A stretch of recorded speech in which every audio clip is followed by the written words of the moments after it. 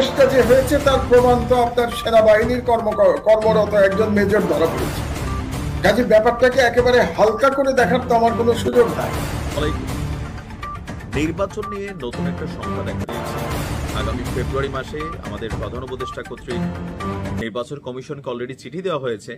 আসসালামু আলাইকুম ভিউয়ার্স, দেশ ও দেশের বাহির থেকে যারা আমার ভিডিওটি প্লে করেছেন জানাচ্ছি আন্তরিক শুভেচ্ছা ও অভিনন্দন। আশা করি সবাই ভালো আছেন, সুস্থ আছেন, আলহামদুলিল্লাহ। তো ভিউয়ার্স, আগামী 2026 সালের জাতীয় সংসদ নির্বাচন ঠেকাতে ও অন্তর্বর্তী সরকার ডক্টর ইউনূসের গণতন্ত্র পুনরুদ্ধারের ক্ষেত্রে ব্যাপকভাবে ষড়যন্ত্র চালিয়ে যাচ্ছে শেখ হাসিনা। ভারতে বসে এবার বাংলাদেশে থাকা আওয়ামী নেতা কর্মীদেরকে নিয়ে নতুনভাবে তারা ট্রেনিং দেওয়াচ্ছে। তাদেরকে আগামী নির্বাচন ঘিরে বাড়ছে ব্যাপকভাবে সহিংসতা। যে কোনো অঘটনের মাধ্যমে এই নির্বাচন বানচালের জন্য গভীর ষড়যন্ত্র করে যাচ্ছে শেখ হাসিনা ও আওয়ামী লীগ। আসুন সর্বশেষ আমরা আজকে জানবো যে কিভাবে এই নির্বাচন ঠেকানোর জন্য শেখ হাসিনা মরিয়া হয়ে পড়েছে। বিস্তারিত আপডেট রিপোর্টে। সো ভিডিওতে যাওয়ার আগে ছোট রিকোয়েস্ট থাকবে, যারা চ্যানেলটি সাবস্ক্রাইব করেননি সকল আপডেট সবার আগে জানতে অবশ্যই চ্যানেলটি সাবস্ক্রাইব করে পাশে রাখবেন। দর্শক আসুন স্ক্রিনে। চেষ্টা যে হয়েছে তার প্রমাণ তো আপনার সেনাবাহিনীর কর্মরত একজন মেজর ধরা পড়েছে। কাজে ব্যাপারটাকে একেবারে হালকা করে দেখার তো আমার কোনো সুযোগ নাই। এবং বিভিন্ন জায়গায় ট্রেনিং হয়েছে এবং তাদেরকে ট্রেনিং দেওয়া হয়েছে কেন? স্যাবোটেজ করবার জন্য। বাংলাদেশে একটা স্যাবোটেজ করে একটা পরিস্থিতি তৈরি করবার জন্য ট্রেনিং দেওয়া হয়েছে বিভিন্ন জায়গায়, এবং সেই মেজরের ফুল ফ্যামিলি এখন দেখা যাচ্ছে এটাতে জড়িত ছিল। তো এরকম একজন সার্ভিং মেজর, তিনি তার কর্মস্থলে অনুপস্থিত থাকলেন প্রায় 200 দিন, অথচ তার ব্যাপারে কোনো তদন্ত হলো না। কেউ জানলো না যে এরকম একটা সার্ভিং মেজর তার কর্মস্থল থেকে বাইরে আছেন, এবং তিনি অসুস্থও না, কারণ অসুস্থ হলে তো তার সিএমএইচ এ থাকার কথা। তিনি সিএমএইচ ও ছিলেন না, তাহলে তিনি কোথায় ছিলেন? তো তার উপরে নজরদারিটা কোথায় ছিল? জানলো না কেন? ব্যাপারটা কিন্তু এতটা সরল বোধ হয় না। কাজেই কিছুটা সুযোগ নিশ্চয়ই নেয়ার চেষ্টা করা হয়েছে। আমাদের সৌভাগ্য, সেনাবাহিনীরও অধিকাংশ মানুষ দেশপ্রেমিক, অধিকাংশ, তারা কোনোভাবে চায় নাই যে আবার ভারতীয় হেজিমনি বাংলাদেশে ফিরে আসুক। তারা ইউনাইটেড থেকেছে, জনগণ ইউনাইটেড থেকেছে। এই জন্যই আপা ফিরে আসবে গ্রুপটা সাকসেসফুল হয় নাই। কিন্তু আমাদের আশঙ্কা কি শেষ হয়ে গেছে? আমার কাছে কিন্তু শেষ হয় নাই। শেষ হয় নাই কেন জানেন? এখন একটা চেষ্টা করা হবে যে নির্বাচনের সময় বা নির্বাচনের আগে একটা বিশৃঙ্খলা তৈরির চেষ্টা করা হবে। এখন এই সরকার যদি একটা সাকসেসফুল নির্বাচন করে যেই আসুক না কেন ক্ষমতায়, তার হাতে ক্ষমতা হস্তান্তর করে চলে যায়, তাহলে কিন্তু ইন্ডিয়ার হাতে খুব বেশি কার্ড থাকবে না। থাকবে একটা, এটা নিয়ে আমি একটু আলোচনা করব, কোন কার্ডটা থাকবে এটা আমি বলবো একটু পরে। কিন্তু আপাতত যে আপা ফিরে আসার আর কোনো সুযোগ থাকবে না।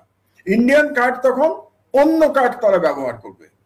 কিন্তু এখন যদি এই নির্বাচনটাকে তারা বানচাল করতে পারে, নির্বাচনের সময় একটা বিরাট বিশৃঙ্খলা তৈরি করে দিল, এমন অবস্থা করলো, গোপালগঞ্জের মতো অবস্থা করলো। আপনি চিন্তা করেন, এনসিপির সময় গোপালগঞ্জে যে অরাজক পরিস্থিতি তৈরি করা হয়েছিল, সেটা যদি নির্বাচনের সময় তারা তৈরি করতে পারে, তাহলে নির্বাচন করা সম্ভব হবে না। আর নির্বাচন করা সম্ভব না হলেই একটা তারা চিন্তা করবে তাদের মতো করে একটা সরকার তৈরি করতে, যেখানে ইউনূস থাকবেন না। ইউনূসের জায়গায় মিস্টার XYZ কোন একজন আসবেন, যাকে দিল্লি তার ইচ্ছা মতো ব্যবহার করতে পারবে। সুতরাং আমার টেনশনটা হচ্ছে এখন নির্বাচনটা পিসফুলি হবে কিনা। নির্বাচন হবে, এতে আমি নিশ্চিত। ইউনূস সাহেব অবশ্যই তিনি কথা দিয়েছেন নির্বাচন দেবেন, এবং আপনি দেখেন লন্ডন বৈঠকের পরে তারেক রহমানের সাথে তখনই তো ঠিক হয়ে গেছে যে ফেব্রুয়ারিতে নির্বাচন হবে। এবং এরপরে বিএনপির অনেক নেতাই নির্বাচন নিয়ে হতাশাজনক কথা বলেছেন। অনেক নেতা নির্বাচনের দিন দিচ্ছেন না, নির্বাচন হচ্ছে না। এটা কেন তারা করেছেন আমার জানা নেই। এটা হয়তো তাদের কাছে অন্য কোনো ইনফরমেশন ছিল, হতে পারে। তো যে সিদ্ধান্ত লন্ডন বৈঠকে হয়েছিল, ইউনূস সাহেব তার 5 তারিখের বক্তৃতায় তো সেটারই পুনরাবৃত্তি করেছেন। আজকে সিইসি একই কথা বলেছেন। কাজেই আমি নিশ্চিত যে ইউনূস সাহেব যদি ক্ষমতায় থাকেন, তিনি নির্বাচন দিয়ে ক্ষমতা হস্তান্তর করতে চাইবেন। এর মেইন রিজনটা আপনাকে বলি, বাংলাদেশের মতো দেশের প্রধানমন্ত্রী বা চিফ অ্যাডভাইজার হওয়া ডক্টর ইউনূসের জন্য খুব বিরাট কোনো সম্মান। তার যা আন্তর্জাতিক যে খ্যাতি, তার যে আন্তর্জাতিক পরিচিতি, তিনি ইচ্ছা করলে যে কোনো সময় ইউএন এর সেক্রেটারি জেনারেলকে ফোন করতে পারেন। এটা কয়জন বাংলাদেশের লোকের পক্ষে করা সম্ভব? কাজে তার জীবনে, এবং ওনার বয়স হয়েছে 85 ইয়ার্স ওল্ড, উনি এই বয়সে ওনার যা যা অ্যাচিভ করার ছিল একটা মানুষের জীবনে, সেটা তিনি অ্যাচিভ করে ফেলেছেন। তাহলে তিনি কেন ক্ষমতা আঁকড়ে থাকতে চাইবেন? এটার ইনসেন্টিভটা কোথায়? কি ইনসেন্টিভ? একটা 85 বছরের মানুষের ক্ষমতা আঁকড়ে থাকার ইনসেন্টিভটা কি? ওনার কোনো ইনসেন্টিভ নাই। কাজে আমি নিশ্চিত ইউনূস সাহেব যদি থাকেন উনি নির্বাচন দেওয়ার চেষ্টা করবেন, কিন্তু আওয়ামী লীগ তো চেষ্টা করবে নির্বাচন বানচাল করতে। এটার ব্যাপারে আপনি শিওর থাকেন? তো নির্বাচন বানচাল হলে পরে কিন্তু আমি দুশ্চিন্তার মধ্যে আছি। তো এটা নিয়ে আমার একটা দুশ্চিন্তা। আর দ্বিতীয় দুশ্চিন্তা আর একটা আছে, যে সরকার ক্ষমতায় আসবে তারা যদি ইউনূস সাহেবের মতো ভারতের সাথে এরকম একটা শক্ত অবস্থান দেখাতে না পারে, তারা যদি ভারতের কাছে নমনীয় হয়, সেটার একটা আশঙ্কা কিন্তু আমাদের আছে। কারণ আমরা জানি না পলিটিক্যাল গভর্নমেন্ট এসে কি সিদ্ধান্ত নেবে। ভারত বাংলাদেশ দ্বিপাক্ষিক সম্পর্কের ক্ষেত্রে একটা সিদ্ধান্ত তো নিতে হবে। ইউনূস সাহেব গত 1 বছরে দেখিয়েছেন তিনি খুব, কি বলবো, যে দেশের স্বার্থে এবং খুবই সাহসিকতার সাথে তিনি দ্বিপাক্ষিক সম্পর্কটাকে নিয়েছেন ইন্ডিয়ার সাথে, এবং তাতে করে ইন্ডিয়ার সাথে আমাদের সম্পর্ক খুবই খারাপ, আমরা সবাই জানি। আপনি দর্শক, স্ক্রিনে আমরা সে সম্পর্কে বিস্তারিত জানাম। এই বিষয়ে আপনাদের মতামত কমেন্টে জানান। কেউ ভিডিওটি স্কিপ করবেন না। রাজুকের প্লাট বরাদ্দকে কেন্দ্র করে তার সাক্ষ্য গ্রহণ চলছে এখন আদালতে। সর্বশেষ তাদের বিরুদ্ধে কি ধরনের বিচারিক রায় প্রত্যাবর্তন হলো, আরও বিস্তারিত জানবো আমরা রিপোর্টে। আসসালামু আলাইকুম। নির্বাচন নিয়ে নতুন একটা শঙ্কা দেখা দিয়েছে। আগামী ফেব্রুয়ারি মাসে আমাদের প্রধান উপদেষ্টা কর্তৃক নির্বাচন কমিশনকে অলরেডি চিঠি দেওয়া হয়েছে যে আগামী ফেব্রুয়ারিতে যেন নির্বাচনের ব্যবস্থা গ্রহণ করে। অলরেডি নির্বাচনের জন্য সব ধরনের আয়োজন চলছে, কিন্তু মূল যে বিষয়টা যে নির্বাচন তো হবে কয়েকটা দলের মধ্যে। এখন ধরেন পিআর পদ্ধতি এই নির্বাচনের মধ্যে সবচেয়ে বড় ফ্যাক্ট হিসাবে এই মুহূর্তে দেখা দিয়েছে পিআর পদ্ধতি। পিআর পদ্ধতি সোজা বাংলায় যদি বোঝাই, এটাতে সবচেয়ে বেশি উপকৃত হবে জামাত এবং এনসিপি, আর কিছুটা ঝামেলা হয়ে যাবে বিএনপির জন্য, যার কারণে বিএনপি বেসিক্যালি এটার বিরোধিতা করছে। এখন পিআর পদ্ধতি বাংলাদেশের জন্য কতটা অ্যাডজাস্টেবল হতে পারে? পিআর পদ্ধতির সোজা বাংলা আমি আরেকটা ভিডিও করেছি, ডিটেলস এই চ্যানেলে আছে বা আমার ফেসবুক পেজে যারা দেখেন সেইখানে আছে, দেখে নেবেন। আজকে এতটা দূর যাচ্ছি না, নির্বাচন নিয়ে কেন সংখ্যা বলছি। পিআর পদ্ধতিতে হলো কি, এমনিতে আমাদের যে প্রচলিত ধারায় নির্বাচন হচ্ছে এবারও কিন্তু আছে নিম্নকক্ষ উচ্চকক্ষ। নিম্নকক্ষের ভোটটা হবে প্রচলিত ধারায়, আর উচ্চকক্ষের ভোটটা হবে পিআর পদ্ধতিতে।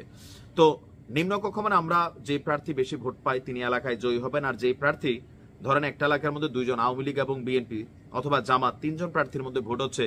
এখন বিএনপির প্রার্থী যিনি তিনি পাইলেন 100, আওয়ামী লীগ পাইলেন এই মুহূর্তে ধরেন 20, জামাত পাইল 50। তাহলে এই এলাকার এমপি হিসেবে কে নির্বাচিত হয়ে গেল? যিনি 100টা ভোট পেলেন, আর 20 আর 50 যারা ভোট পেল তাদের এই ভোটগুলো কোনো কাজে লাগবে না।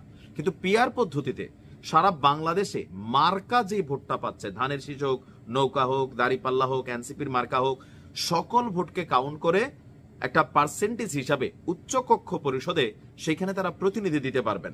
আর এক্ষেত্রে আমরা যদি ধরি তাহলে বিএনপি এমনি নিরঙ্কুশ একটা বড় অঙ্ক পাবে, কিন্তু জামাত আপনার সারা বাংলাদেশে যে আসনগুলোতে ওই যে কোথাও 50টা ভোট পাইছিলেন কিন্তু সে এলাকায় বিএনপি বিজয়ী হয়েছে, তার ভোটটা কাউন্ট হয় না, কিন্তু পিআর পদ্ধতিতে এসে ওই ভোটটা কাউন্ট হবে। তবে এটারও একটা শর্ত আছে যে ন্যূনতম সম্ভবত 5% ভোটের পরে পিআর কাউন্ট হবে।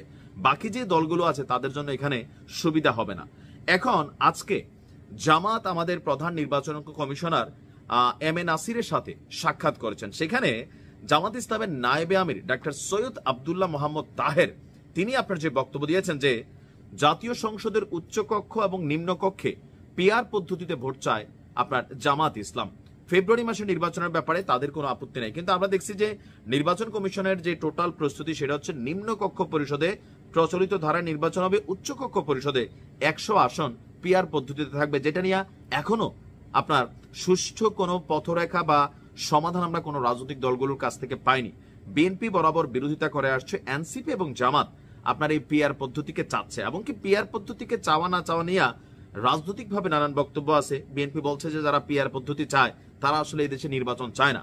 এখন ধরেন আমরা কেন বলছি শঙ্কা, সবকিছু রেডি, জামাত নির্বাচনে আইলো না, এনসিপি এখনো নিবন্ধন হয় নাই, হয়ে যাবে, তারপর তারা আসলো না, তাহলে বিএনপি নির্বাচনটা কার সাথে করবে?